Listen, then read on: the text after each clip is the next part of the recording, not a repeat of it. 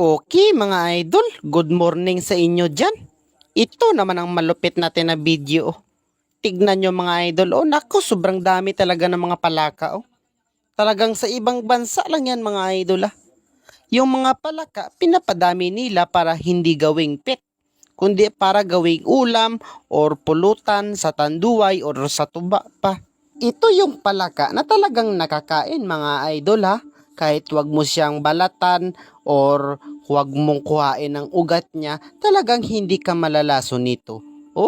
Hindi katulad dito sa Pilipinas na mga palaka na kinukuha talaga dapat ang balat tsaka mga ugat-ugat or mga lamang loob niya para hindi ka malason. Pero iyan mga idol, kahit isugba mo pa yan or prituhin, talagang makakain siya at hindi ka malalason. Siyempre, ipapakita ko sa inyo mga idol kung paano siya pinapadami. Ito mga idol, kinukuha nila yung mga itlog ng palaka sa pond nila or sa farm, tsaka ihiwalay nila yan sa mga magulang nila. Kasi ang nanay at tatay ng mga palaka na yan mga idol, kung nagugutom sila or maliit lang ng pagkain ng mga amo nila, ay kinakain nila yung mga itlog. Kaya hinihiwalay nila yung itlog sa magulang nila. Ayan na mga idol. Sinasali na yung mga itlog sa ibang pond. Nako, sobrang dami talaga yan. Mukhang sipon-sipon pa.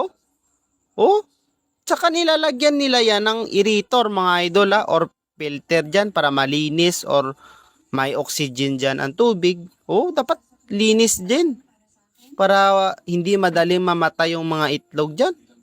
Hintayin lang nila dyan mag ilang weeks na siya. Tignan nyo mga idol. Gumagalaw-galaw na yung mga butiti. At pag ganyan nakalaki mga idol, ay pinapakain na nila ng pellets or feeds. Hog starter yan mga idol kasi mga maliliit pa lang yan.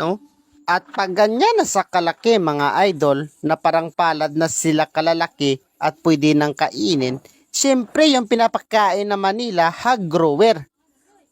Nako, kasi pang malalaki na yan. Hog grower dyan pinapakain nila mga idol.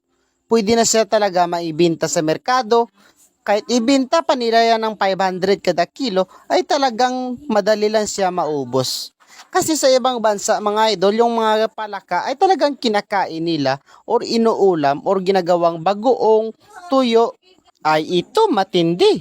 Tignan nyo si ate mga idol. Mukhang pinakuluan lang yung yung palaka kinain niya.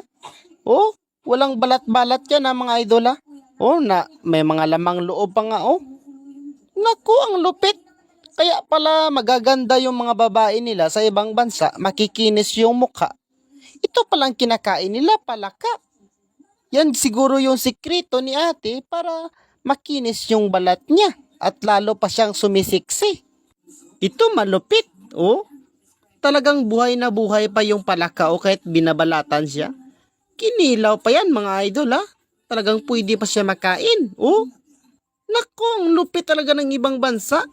Kahit ano-ano na lang maisip nila, ay pwede. Pwede sila magkain dyan ng mga tipaklong, mga uod.